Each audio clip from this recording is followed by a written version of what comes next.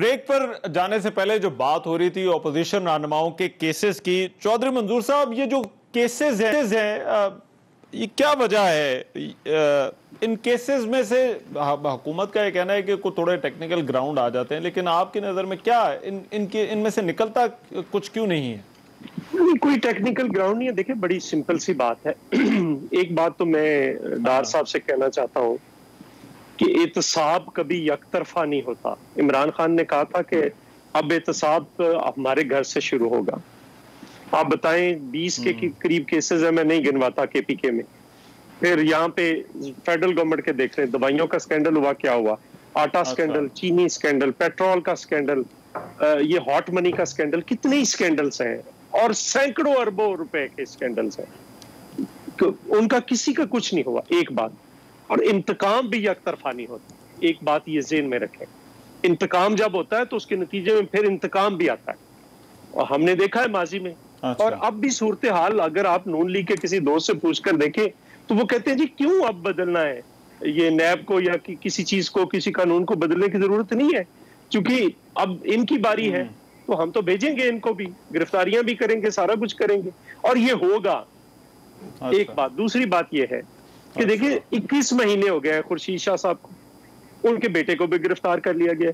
Sukkur high court के अंदर 3 bench टूटे थे, उन्होंने कहा हम केस नहीं सुनते, और जिन्होंने बेल रिजेक्ट की सुप्रीम कोर्ट में आए, सुप्रीम कोर्ट ने 1 साल बाद कहा कि वापस चले जाएं हाई कोर्ट गए, सक्खर हाई कोर्ट गए, सक्खर हाई कोर्ट ने फिर वापस भेज दिया है और जाकर लगी है जिन्होंने बेल पहले खारिज की थी उन पे लगी, उनके बेटे को भी गिरफ्तार कर लिया गया।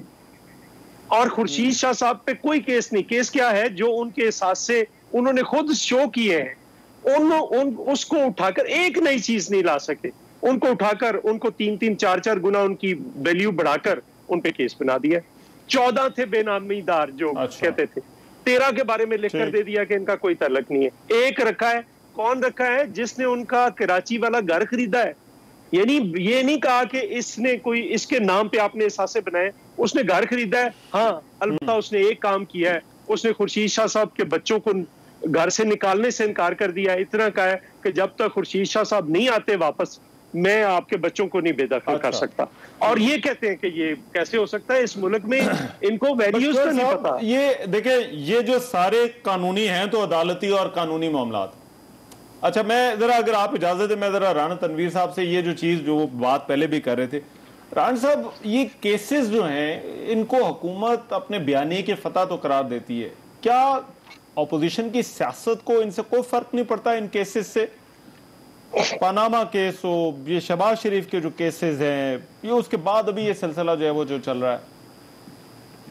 देखिए, अगर कोई चीज हकायक पे हो, मुस्बत कोई सोच के साथ हो, तो जिस तरह जॉय साहब ने कहा, क्रॉस द बोर्ड इंसाफ कर रहा हो, लोगों को पता चल रहा हो कि रिफ्लेक्शन हो उसके इंसाफ की कि ये वाकई क्रॉस द बोर्ड हो रहा है, कोई बदनीति नहीं है, तो यकीनी तौर पे सियासत में फर्क पड़ता है। जब आप इंतकामी कार्रवाई करेंगे, जब वो सिर्फ एक एंगुलर एहतसाब होगा, तो यकीनी तौर पे लोगों में ये असर जाएगा और उससे ज़्यादा और ज़्यादा हमदर्दी लोगों की होती है कि ये ज्यादती हो रही है। तो अभी जो पीछे 3 साल में हुआ है, तो खैर 4 साल से सिलसिला जारी है, तो आपने देखा कि ये मिसाल के तौर पर राना साहब, ये मियां नवाज शरीफ के केस का हवाला दिया जाता है कि मियां नवाज शरीफ पर जो है वो प्रेशर होना चाहिए, उनकी सियासत है पाकिस्तान में, तो वो इसलिए उन्हें जो है वो वापस आ जाना चाहिए। कानूनी तो इशू चले अलग है, बट एक पॉलिटिकल इशू भी तो है नून लीग के लिए।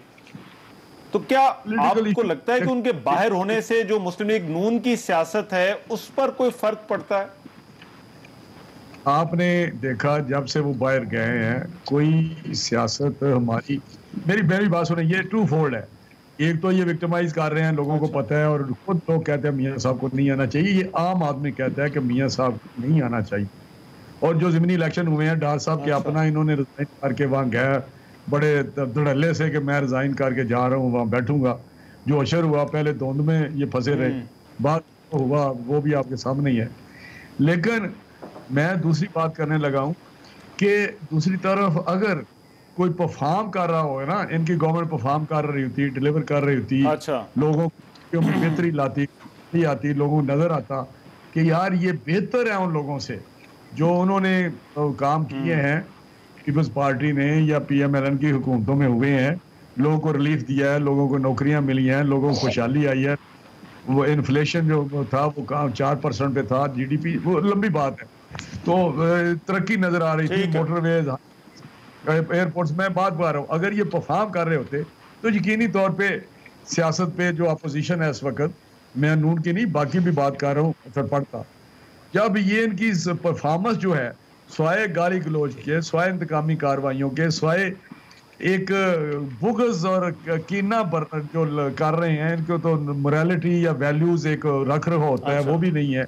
तो मैं समझता हूँ लोग उल्टा और दूसरी तरफ जा रहे हैं और इनको देख रहे हैं उस अंदाज से। और मैं ये प्रेडिक्ट कि आइंदा अगर इलेक्शन में इनकी, मैं आपको बता रहा हूँ, ये पंछी उड़ रहे हैं। अच्छा, तो ये पंछी, अच्छा चले पंछियों पे अच्छा पंछियों पे जरा करते हैं राणा साहब बात कि आप उनको लेंगे या नहीं लेंगे। ये डिबेट जरा और तरफ निकलेगी, मगर ये सवाल बड़ा आम है।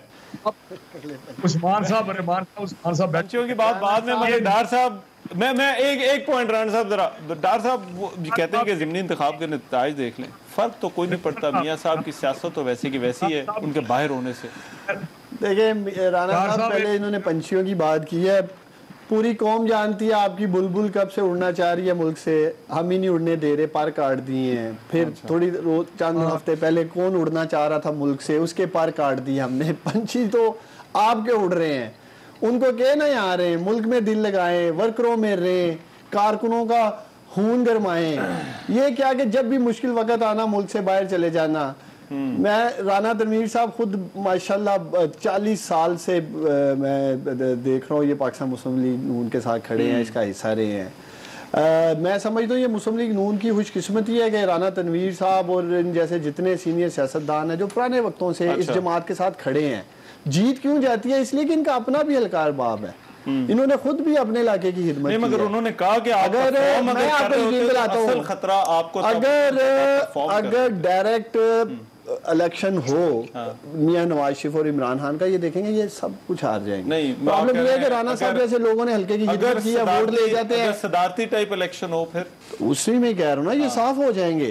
इशू ये है, देखिए इन्होंने बात की पंजाब में बाई इलेक्शंस की, डस्के की बात की, साथ ये नहीं बताते राणा साहब कि डस्के की सीट हम 50,000 वोटों से जीते थे। अब बड़ी मुश्किल से सारा जोर लगा के अपने MNA MPA बैठा के मियां नवाज शरीफ की डायरेक्ट तकरीर करा के, जो कि पोलिंग एजेंट नहीं थे इनके लोग खड़े हो रहे वहां, और 10,000 वोटों से जीत गए हैं। जो जीत और हार का मार्जिन है, बड़ी अहम बात मैं कर रहा हूँ, राणा साहब समझते हैं इस बात को, सर जोड़े हुए हैं इन्होंने। जो 50-50 हजार से हम सीटें हारे थे 2018 में, इन बाई इलेक्शंस में पंजाब में हम 8-8, 10-10 हजार पे आ गए हैं। और अगले 2 सालों में इंशाअल्लाह ताला जिस तरह मुआशी तरक्की की तरफ हम चल पड़े हैं, ये देखेंगे 2023 में ये सारी सीटें इंशाअल्लाह जीतेंगे। 10,000 का भी हो जाए। मैं राणा साहब जरा एक ब्रेक के बाद आता हूँ, एक ब्रेक के बाद आते हैं, जरा इस डिस्कशन कंटिन्यू करेंगे।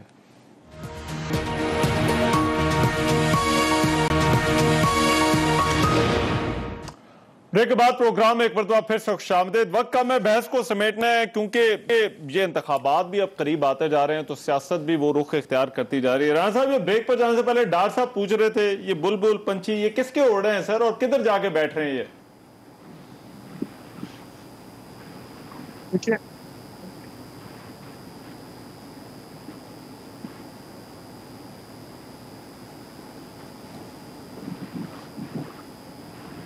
जी राणा साहब, चले मैं आपकी तरफ जरा वापस आता हूं। चौधरी मंजूर साहब, नहीं मेरी बात सुन। PMLN में ना ये तीसरी है, मुझे बताएं जो पीटीआई बैठी हुई है वो आ गई है जी। वाह, मैं चौधरी मंजूर साहब 1 मिनट आता हूं जरा। जी जी, फैमिली बड़ी साथ रही है, बुजुर्ग हमारे साथ रहे, साहब ने साथ ली हुई है। शफकत फहद अजहर का बाप आया, उसको मेयर कराया, मैंने बनाया। अब ये सारी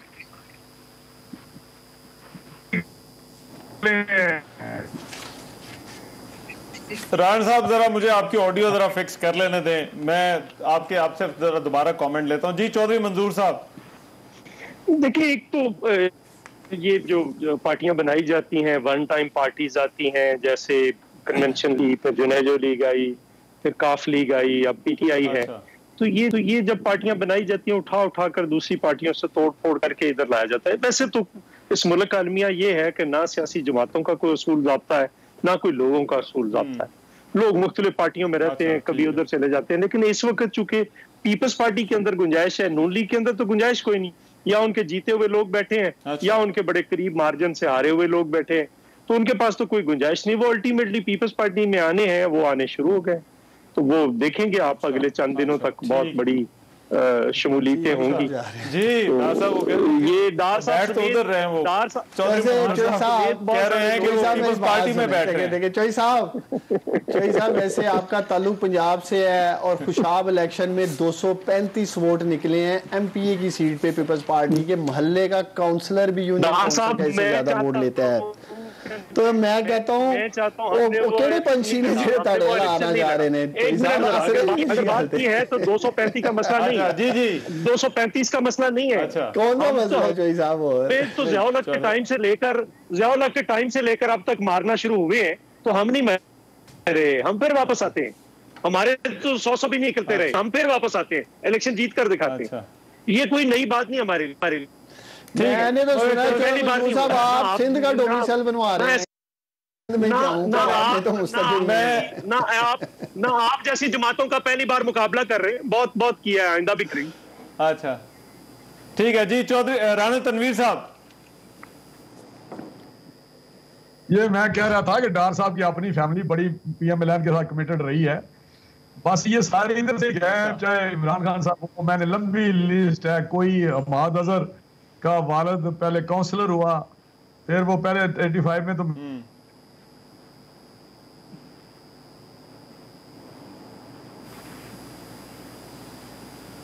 अच्छा का अब चले गए। फिर साथी वो शामिल हुए थे नियाज़र साहब। इनकी जरा इश्तिहार चलते हैं उमर टूब के साथ भी। अच्छा के पास ये मैं राणा साहब टाइम खत्म हो गया। बात क्योंकि अपोजिशन के केसेस की थी, उस पर बात हो रही थी। बहुत शुक्रिया, राणा तनवीर साहब हमारे साथ मौजूद थे।